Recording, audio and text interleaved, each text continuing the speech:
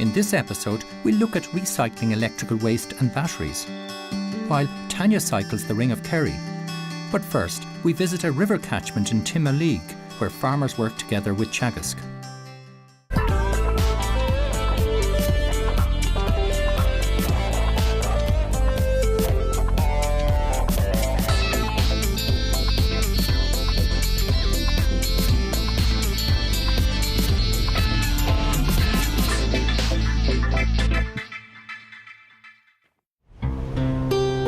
Our natural river catchments in Ireland are facing huge pressures, although efforts are being made to improve and secure our water supplies.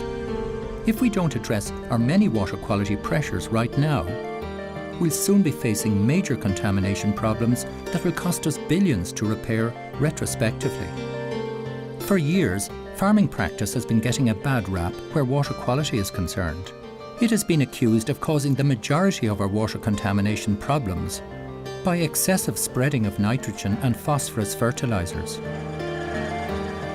But farmers have been under pressure to remain economically viable by increasing quotas that push them to farm more intensively. So how can we reduce water contamination from agriculture and improve our water quality while still allowing farmers to stay commercially competitive by farming intensively to meet their quotas? In recent years, huge efforts have been made to address this controversial issue. One such measure is the EU Nitrates Directive, which was implemented here in 2006 to protect our natural waters against pollution from agricultural practices. Under this directive, the government have imposed fertiliser spreading bans called closed periods during certain months of the year, and are also providing grants for farmers to build large slurry containment tanks that store fertiliser waste during these non-spreading periods. But exactly how much intensive farming affects our water quality, we don't yet know.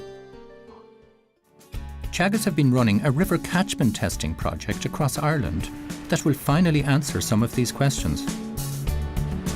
I'm visiting one of the test sites in Teagasc, County Cork, to find out about this project. Ger Shortall from Teagasc is showing me around.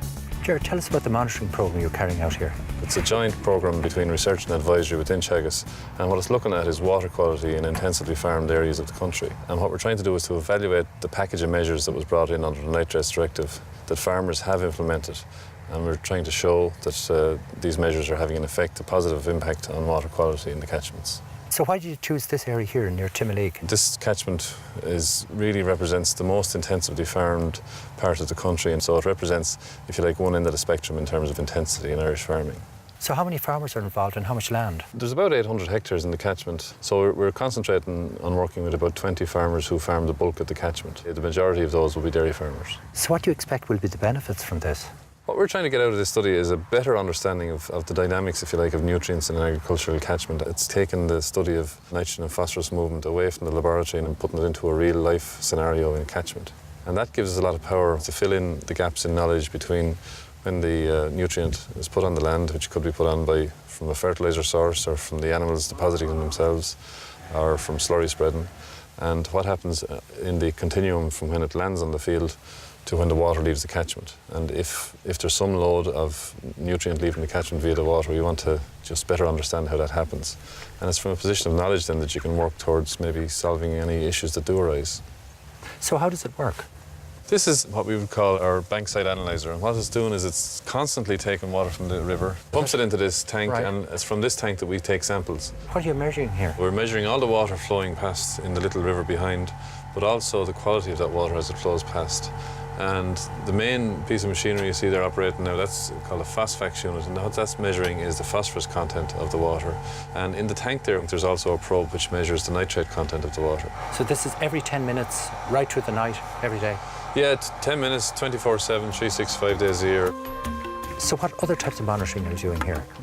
Well, we also have a network of groundwater monitoring wells, and these are multi-level wells where we look at the quality of the groundwater at shallow depth, just in the soil, at a slightly deeper depth where the soil meets the parent material or bedrock, and then right down into the bedrock. So we're getting a picture at 3 levels across a range of sites, and this tells you what path water takes from the upper reaches of the catchment down to the stream. because all the groundwater eventually makes its way to the stream and exits the catchment into the sea. It gives us a very good understanding of the dynamics of groundwater and how the groundwater moves around the catchment and what it brings with it in terms of nutrients. Ger is taking me to meet some of the farmers in the Teagasc area who've been looking for new ways to improve their farming practices as a direct result of the information that the Teagasc testing is providing. John, tell us about your farm here. How many cows have you got and how much land? Yeah, we're farming about 175 dairy cows. So this mini catchment programme now that's on here, how do you see that? It'll prove that farmers, hopefully, are not the polluters. The runoff from land isn't as much as what they actually think. Like. There's a good farming practice out there. And why is it important to you that you do the right thing in this? Well, everybody will win. If we do the right thing on our ground, the runoff into rivers will be less. We'll get better crops grown in our field, better grass, better environment, everything. Everybody wins if you do it right. And you've made a big investment here in your farm. We have, yeah. We spent a lot of money there over the last 3 years in slurry storage, and we spent about 160,000 on the slurry side of it and got a 60% grant on that. And has this been worthwhile, a big investment like that? In the closed period, we don't have any problems holding our slurry. We have plenty of capacity. Why is slurry now so important to you? In the last couple of years, fertiliser, the price has just risen so much that we realise that we have resources on our farm which we can use to our benefit and cut down the costs with. So you put a value in slurry? We do. It's a lot of money. It's a lot of money, yeah. How much money is that? I don't know. We need a good calculator. Right. I wouldn't be sure. But it's it is a value. There is a value after being put on it, yeah. Kevin Collins and his father Jerry have been enthusiastic and shown leadership and strong support for this strategic project from its inception. They have facilitated stream monitoring equipment on their land, where I met Kevin, who tells me about the benefits of growing clover. So do you think this monitoring programme is going to help you? It'll help us to see where our nitrogen is going and how we're utilising it. Are you trying to minimise the amount of nitrogen spread on the land? We are indeed. We're trying to cut our costs by spreading the slurry and using clover to get nitrogen by different means. The clover fixes nitrogen into the ground so that the grass can utilise it, and also for our other enterprise, the bees use it. Right, so you've got bees here also? We have indeed, yes. How many bees have you got? We have 300 hives. So do the bees help now the clover? They remove the nectar and they help to pollinate the clover. Really? So you've got two businesses really going on here? Yes. So how does the ground benefit by clover growing here? You don't have to spread as much chemical nitrogen. Our chemical fertiliser costs will be lower, and hopefully it'll be an advantage to the environment as well, that there won't be as big a runoff.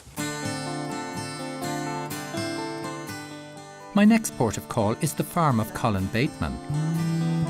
Colin has a dual interest in water quality in that, as well as being a farmer, Colin is also a keen angler and fishes the many rivers in this area. What's your interest now in the catchment programme? Well, I was approached some time back by Teagasc when they were setting up this programme. I was very interested in it because obviously I'm quite involved in trout fishing. Water quality and trout fishing obviously go hand in hand. On fresh water too, is it? On fresh water, yeah. Which river?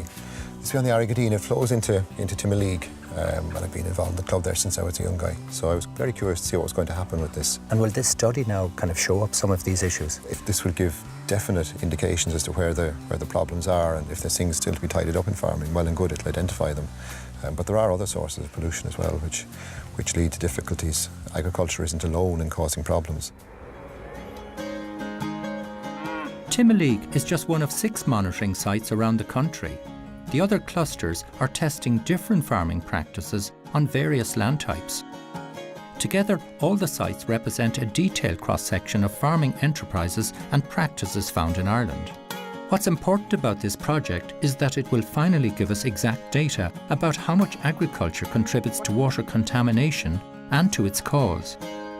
This information will then allow us to focus on solutions and the development of new farming methods that will have a direct impact on improving the quality of our river catchments.